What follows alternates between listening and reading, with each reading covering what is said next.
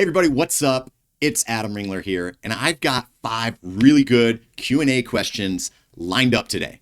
And I love these questions because they're not just about training. They're about things like lifestyle, your recovery, and how we as former athletes continue to push forward while staying smart and strategic. So, whether you're traveling for work, trying to train through pain, or just wondering if recovery gadgets are worth your money, I've got you covered. So let's get into this. But before I do, there's one thing I need to do. Number one, you already know, right? I'm going to introduce myself. Like I said, I'm Adam Ringler. I'm a strength and conditioning coach. I've been one for nearly 20 years at this point.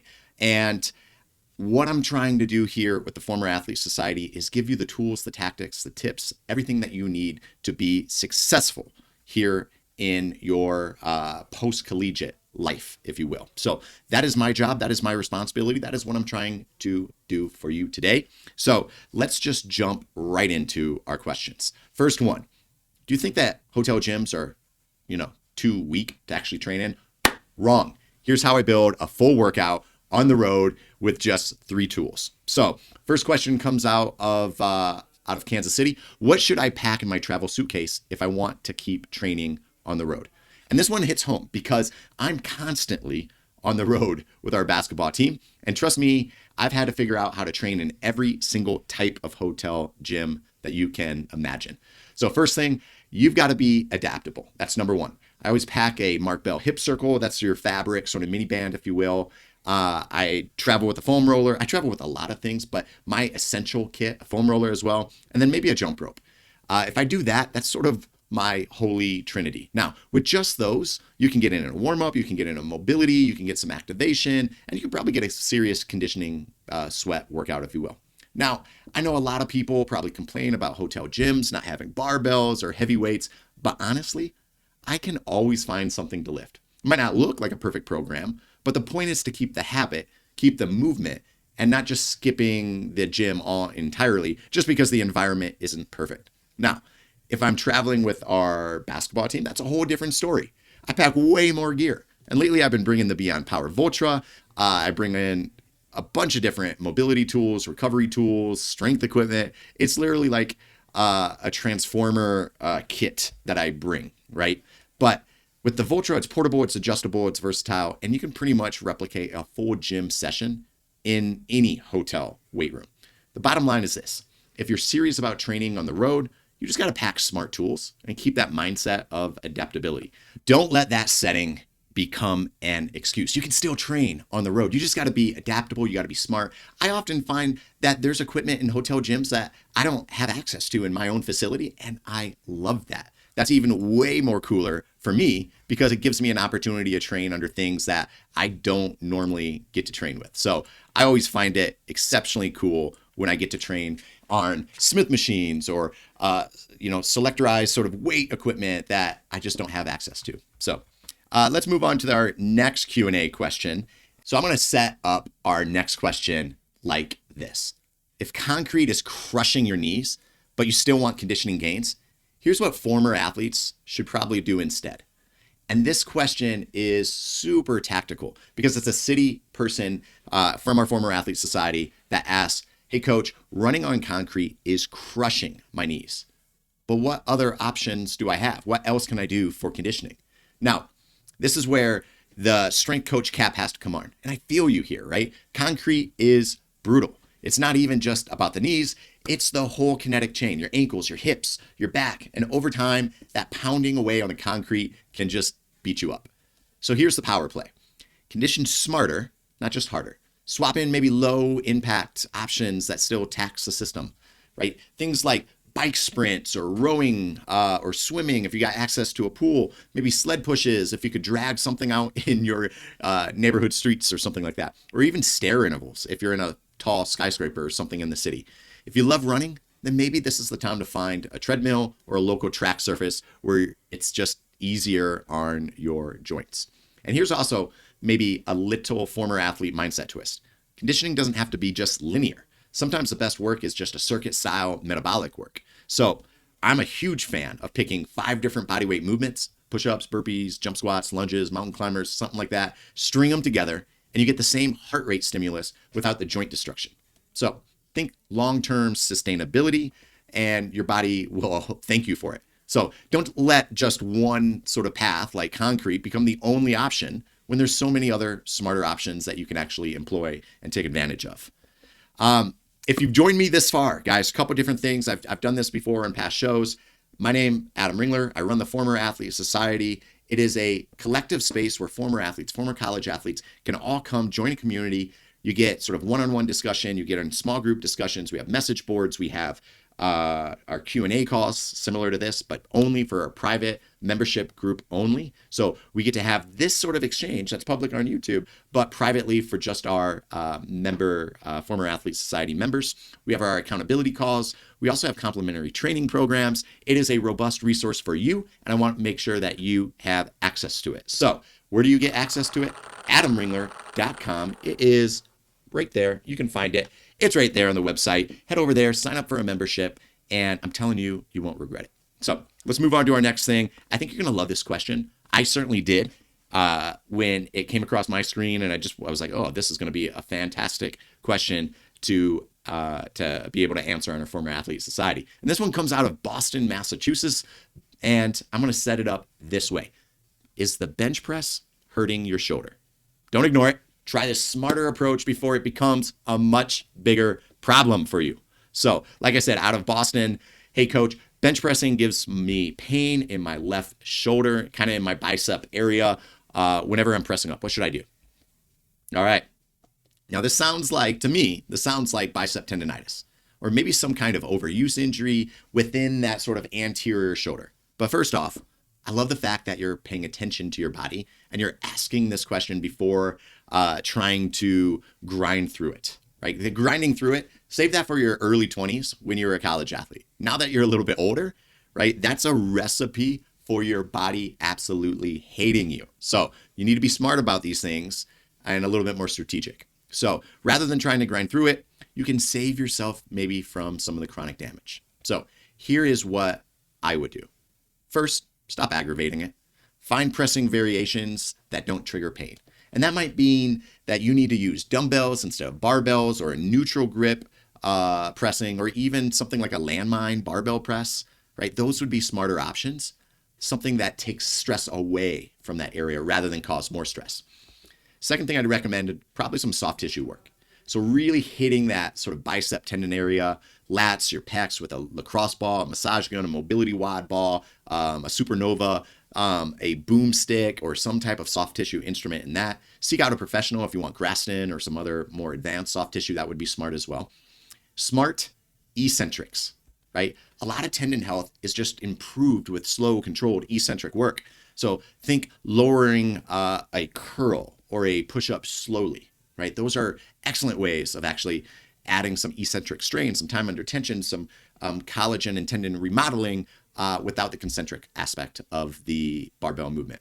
Also, look into some of Keith Barr's tendon research, right? I've talked about him on this show as well, but again, he's shown that eccentric loading and collagen support can actually strengthen tendons. So things like collagen supplementation taken with some vitamin C before training has shown some progress. Maybe lastly, or second to the last, right, programming wise, avoid junk volume, right? Keep your quality high. Don't add extra sets just because you're doing extra sets, right? Your body won't like you in that aspect. So just generally try to avoid that, right? So, and then lastly, look, I'm a strength coach. I've already introduced myself, right? If you're unsure, consult with a PT. And yeah, go talk to your, primary care physician. Although I will say they probably don't know. So maybe somebody that specializes in sports medicine, that might be a helpful recommendation. A lot of people will turn to NSAIDs, things like ibuprofen, right? And while they can help with pain, they also blunt your adaptation. So use them wisely and maybe situationally consult with a primary care physician and doctor first. Bottom line is this: listen to your body, adapt your pressing, right? And use this as a chance to program smarter. You're not being weak for adjusting, you're just being strategic. And that's what athletes do, right? So great question. I love that one out of Boston. And super rad that we have, again, former athletes all the way up in our committee, in our society, in this former athlete society all the way up in Boston. So appreciate that question. And before I do, again, I've done this on past shows. I just wanted to recommend a couple things. This is where you can find me, Adam Ringler, on Instagram, on Blue Sky, on TikTok, on Twitter, X, whatever. You can find me everywhere. I'm super accessible. I want you to join us. Give me a follow, and let me know what is resonating with you, because I like to carry this conversation in other ways outside of just this video, just YouTube. So let's move on to our next former athlete society submitted question. That's a mouthful. And I'm reading it off my screen. You struggling to sleep after dinner? Might not be stress. It could be your carbs. And here's how you can fix it. So this question, all the way down in Florida, should I swap high GI carbs at dinner for low GI carbs? Because my blood sugar seems to spike and I just can't sleep. Listen, number one, I'm not a registered dietitian. I don't pretend to be one. This is a great nutrition question because sleep is your recovery, and recovery is growth and getting stronger and getting more fit. So if your evening carb choices are giving your blood sugar roller coasters, then yeah, maybe you need to swap them out. So instead of white rice, white bread, sugary snacks, go for lower GI, higher fiber carbohydrates like oats, lentils, beans, and yeah, even sweet potatoes, something like that, right? Pairing carbs with some protein and healthy fats also will slow your digestion. It will blunt that spike, which is another tip, right? And then yeah, keep your portions reasonable. A massive carb bomb at 8 p.m. is probably isn't setting you up for restful sleep, right? And don't forget that meal timing and your environment matters. So things like dimming the lights, cutting back sleep, getting your body into a sleep rhythm. For a lot of athletes, it's less about one food choice and it's more about the entire nighttime routine that supports your recovery. So you got to think about the long game, right? Fuel wisely, sleep deeply, train better. Do those things, you're going to be great. You will be great.